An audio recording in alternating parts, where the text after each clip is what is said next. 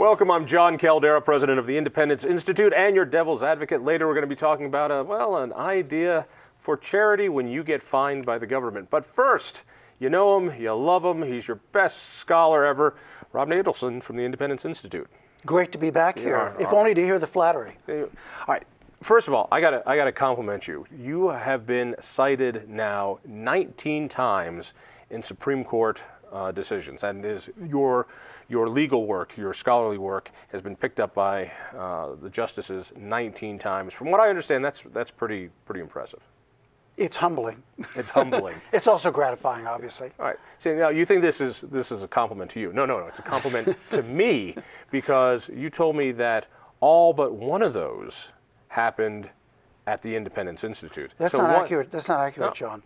All of them happened when I was at the Independence Institute. Oh, really? That's right. Every one of them. I labored in the vineyards in academia for 25 years, and it wasn't until I had been at the Independence Institute for 3 years that the first Supreme Court citation came. That was 4 years ago.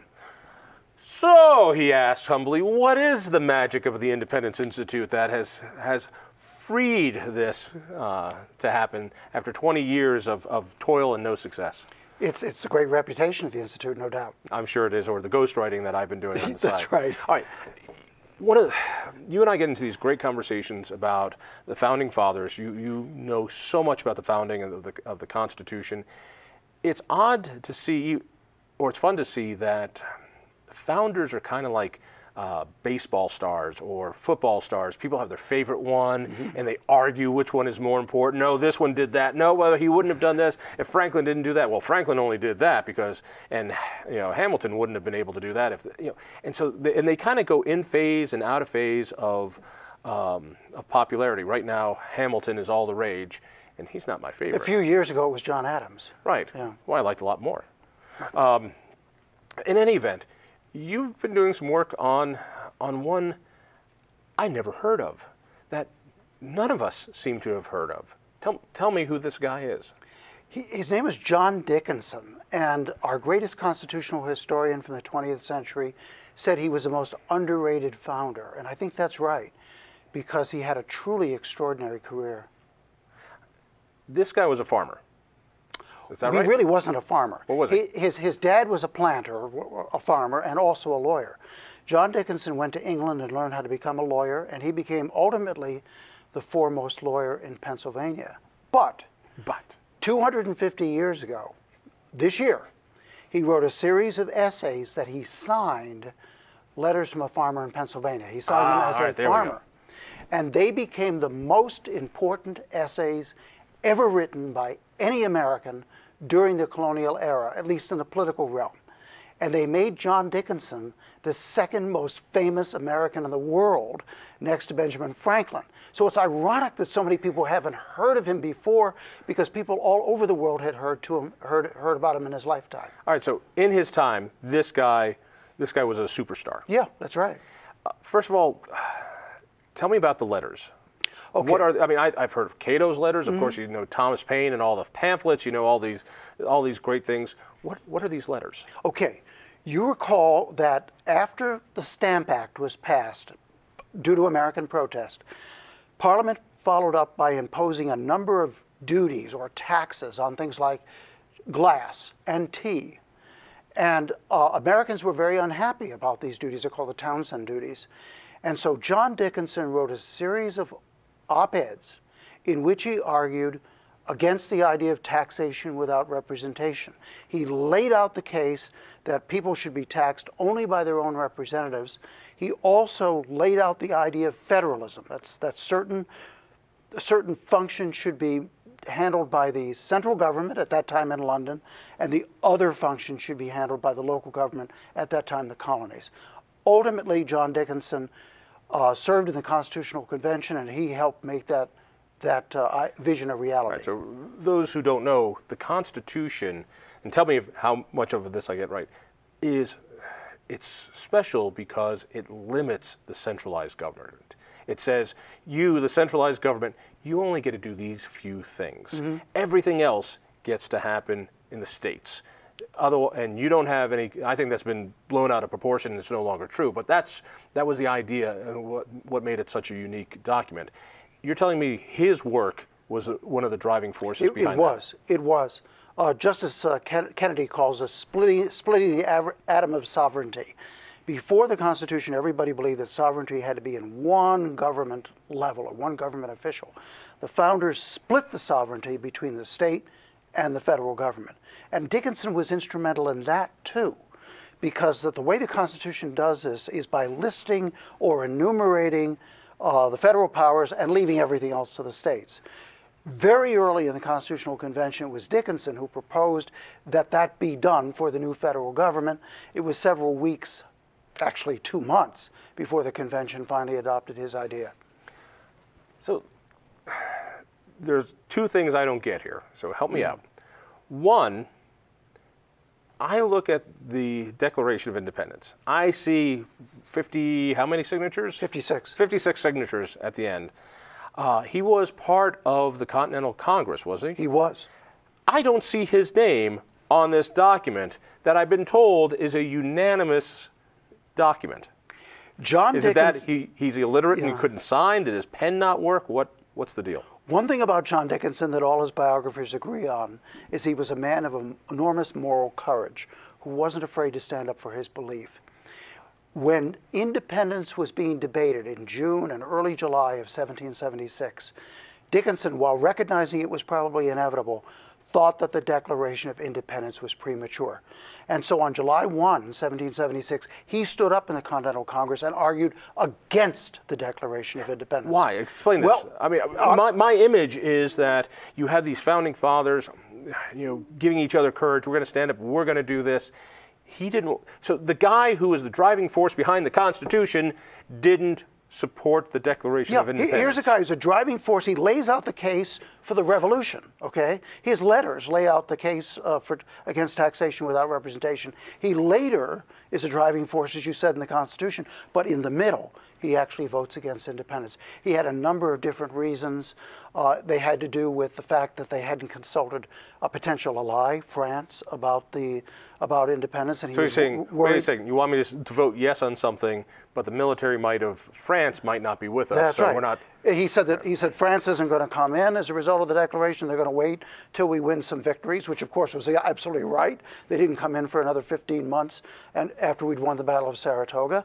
He was afraid that the British, he had noticed that the British had been pulling their punches a little bit. What do you mean pulling their punches? Well, for example, the British occupied Boston. They could have burned it to the ground and driven all the inhabitants out. They didn't do that because they still hoped that Americans would come back into the fold.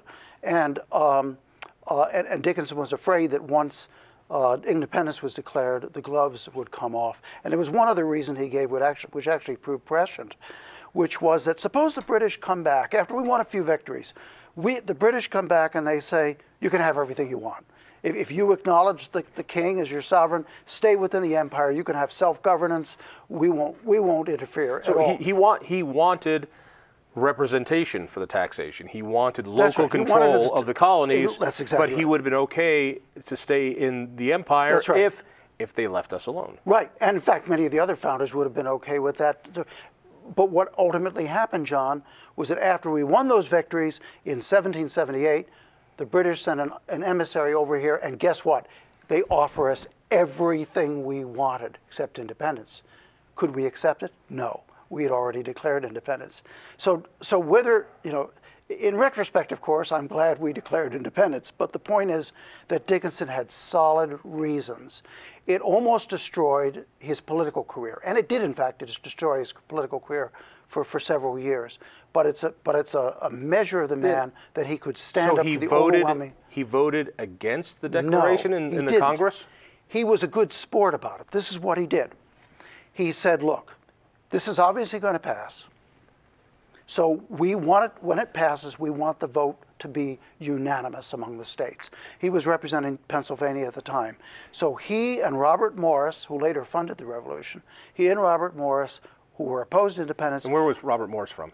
He was from Pennsylvania. Okay. They both withdrew from the Congress so that Pennsylvania could vote yes, so the vote would be unanimous. And then John Dickinson went and marched off with the Continental Army to defend his country, even though he opposed the Declaration. Wow. All right, so let me see if I got this right. When I look at every state's signers of the Declaration, every state, New York, this, that, I've always noticed that there was a state that seemed like they had a couple less than everybody else. Yeah. This is why. That's right. Big state, too, right? Pennsylvania. Wow. All right, so he's so principled that instead of voting no or voting yes so it can stay, he knows it's going to pass. So it seems like the thing to do is you vote yes, so you speak with one voice. He won't do that. He resigns and then goes off and joins the army to fight the British. Yeah, that's right. The very British that he just argued he does not want independence from. Because he was a patriot and he supported his country. But let me give you another even more upbeat example, Constitutional Convention. I mentioned that he was instrumental behind a number of provisions. The whole concept of the U.S. Senate is largely his idea. You may recall there's something in the Constitution which says that tax bills have to start in the House of Representatives. That is in the Constitution because Dickinson and Edmund Randolph together fought for it. Madison didn't want it. Madison thought it was irrational. Dickinson stood up and said, experience must be our only guide. Reason may mislead us. And he went through the British experience, or the early American experience, to demonstrate that whether, as a matter of abstract reason, you think it's a good idea for tax bills to start only in the lower house, as a matter of practice and experience, it had worked. What do you mean it had worked? Why can't the Senate originate a tax bill? Well, What's the reasoning? Again, because taxation should follow representation.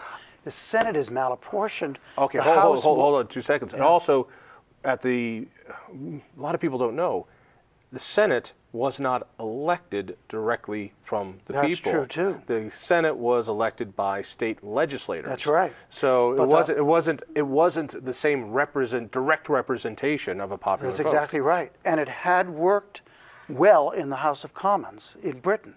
He pointed out that British liberties were based largely on the fact that only the House of Commons, not the King, not the House of Lords, only the House of Commons could originate tax bills. So that worked in the same way that trial by jury had worked. And so he said, don't start spinning theories in the air about what you think might work or not. Look at the actual experience we've had.